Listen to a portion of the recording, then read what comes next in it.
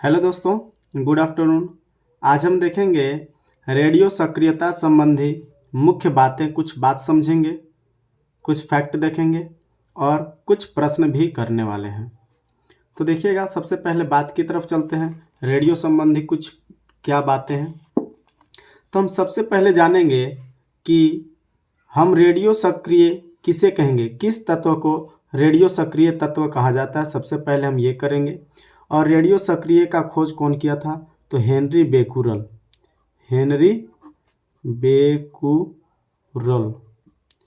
इस खोज के लिए इन्हें सन 1903 ईस्वी में नोबेल पुरस्कार से पुरस्कृत भी किया गया था। और साथ साथ मैडम क्यूरी, हेनरी बेकुरल और कौन, तो मैडम क्यूरी, ये दोनों लोग, हेनरी बेकुरल और मैडम क्यूरी, हेनरी बेकुरल और कौन कौन, मैडम क्यूरी, इन दोनों लोगों को 1903 ईस्वी में नोबेल पुरस्कार से पुरस्कृत किया गया था। और रेडियो सक्रियता का मात्रक क्यूरी या बेकुरल दोनों रखा गया है, क्योंकि इन दोनों ने मिलकर इस रेडियो सक्रियता का खोज किए। चलिए अब हम देखेंगे, तो आपसे पूछा जाएगा क्वेश्चन कि रेडियो सक्रियता में किन का योगदान रहा, तो हेनरी बेकुरल सबसे पहला ऑप्शन। अगर ये नहीं रहे और मैडम क्यूरी ही रहे तो ये भी सही होगा। अच्छा, एक और क्वेश्चन बनता है कि मैडम क्यूरी को कब दिया गया, तो भी 1903, हेनरी बेकुरल 1903, इसका मात्रक तो क्यूरी या बेकुरल, दोनों का दोनों क्या हो जाएगा, सही हो जाएगा। चलिए अब हम समझेंगे कि रेडियो सक्रिय होने का क्या शर्त है। तो सबसे पहला शर्त कि न्यूट्रॉन बटा प्रोटॉन, न्यूट्रॉन संख्या बटा प्रोटॉन संख्या वो 1.5 से ज़्यादा होना चाहिए। न्यूट्रॉन संख्या बटा प्रोटॉन संख्या का जो मान होगा वो कितना होना चाहिए, 1.5 यानी कि 1.5 से ज़्यादा होगा। तो हम समझेंगे कि वो जो भी तत्व है वो क्या है, तो वो रेडियो सक्रिय तत्व है। जैसे हम इसका एग्जाम्पल करके देख लेते हैं। एक एग्जाम्पल को ले लीजिए। सबसे पहला एग्जाम्पल मान लेते हैं, अगर हम सोडियम को ही ले लेते हैं या मैग्नीशियम ले लेते हैं, Mg मैग्नीशियम।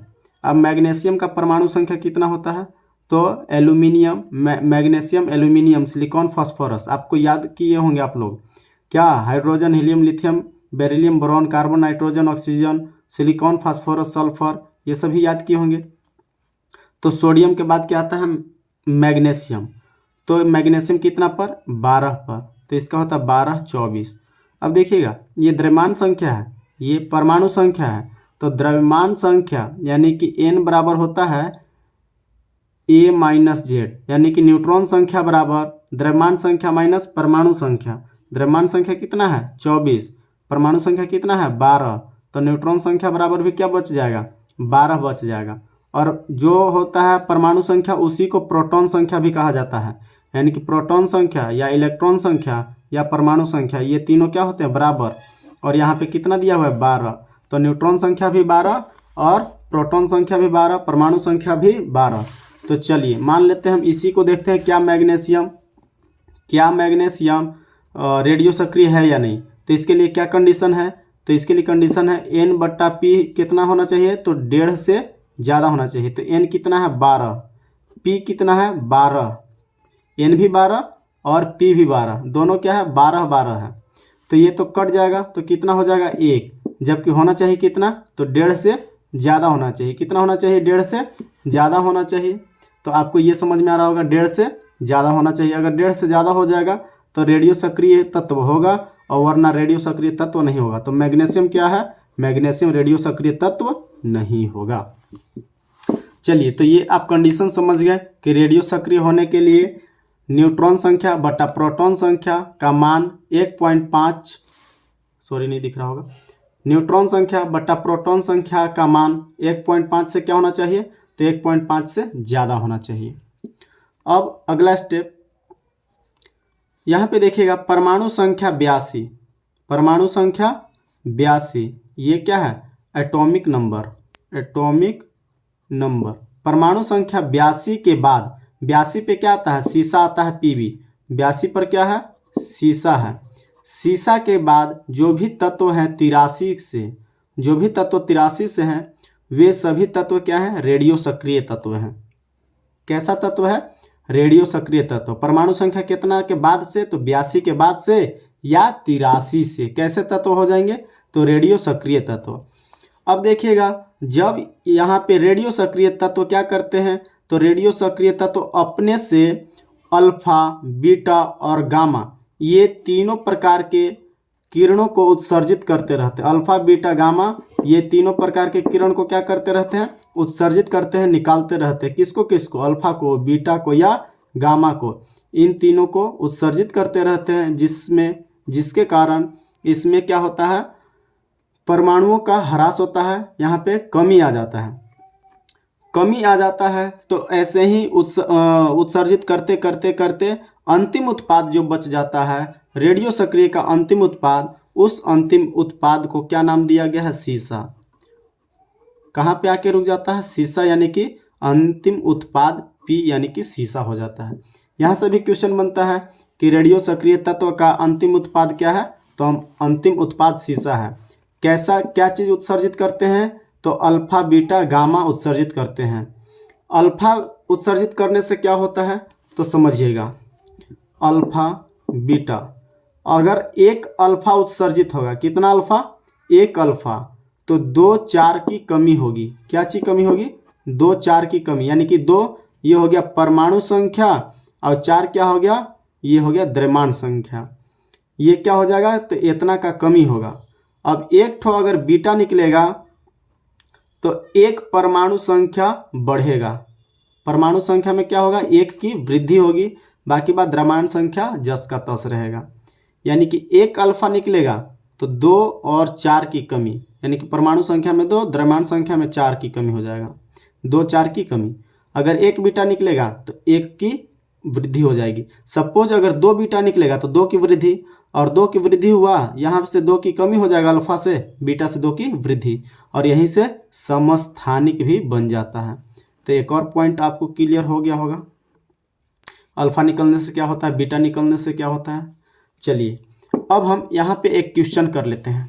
क्वेश्चन है, क्योंकि पॉइंट में ही आपको मेन हेडिंग में लिखा हुआ है कि रेडियो सक्रियता संबंधी मुख्य बातें तथा कुछ प्रश्न। तो अब प्रश्न को देख लेते हैं।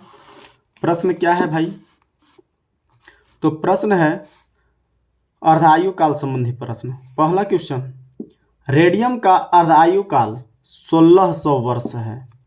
रेडियम का अर्धायु काल 1600 वर्ष है, तो 10% रह जाने में कितना समय लगेगा। कहने का अर्थ है पहले से कितना होगा, तो पहले से 100% होगा। ठीक है, इसको आधा होने में कितना समय लग रहा है, अर्ध आयु काल माने आधा होने में। अर्ध आयु काल कहने का अर्थ क्या है, आधा हो जाने में कितना समय लग रहा है, 1600। यानी कि कोई चीज है, रेडियम है, तो अपने आप में कितना प्रतिशत, 100%। कोई भी चीज अपने आप में कितना प्रतिशत होता है, 100%।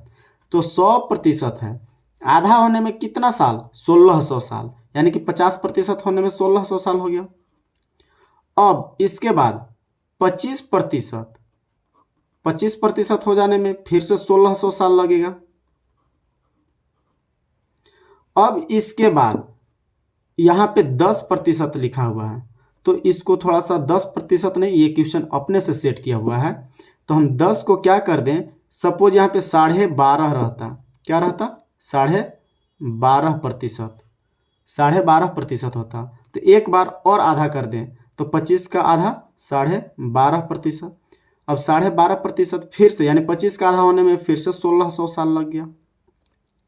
तो 100 से 50 एक बार 1600 साल, फिर 50 से 25 एक बार और 1600 साल, 25 से 12.5 फिर से 1600 साल, यानी कि 16, 16, 32 और 16, 48। तो कितना लग जाएगा, 4800 यहाँ पे वर्ष लग जाएगा।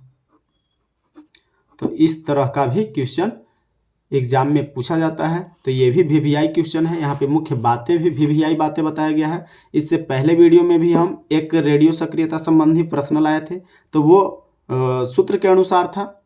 यहाँ पे ये डायरेक्टली आप चाहें तो एग्ज़ाम में बना सकते हैं। इसके लिए कोई कलम कॉपी का ज़रूरत भी नहीं पड़ेगा, क्योंकि हम इस तरीके से बता ही दिए कि आप डायरेक्टली उंगली पे बना सकते हैं, कोई दिक्कत ही नहीं आएगा। तो ये क्वेश्चन आपको समझ में आया होगा, पूरा बातें भी समझ में आई होगी आपको। तो उम्मीद करते हैं कि आपको अच्छे से समझ में आया, आप अच्छे से पढ़ते रहिए। तब तक के लिए थैंक यू, फिर मिलेंगे अगले वीडियो में। जय हिंद।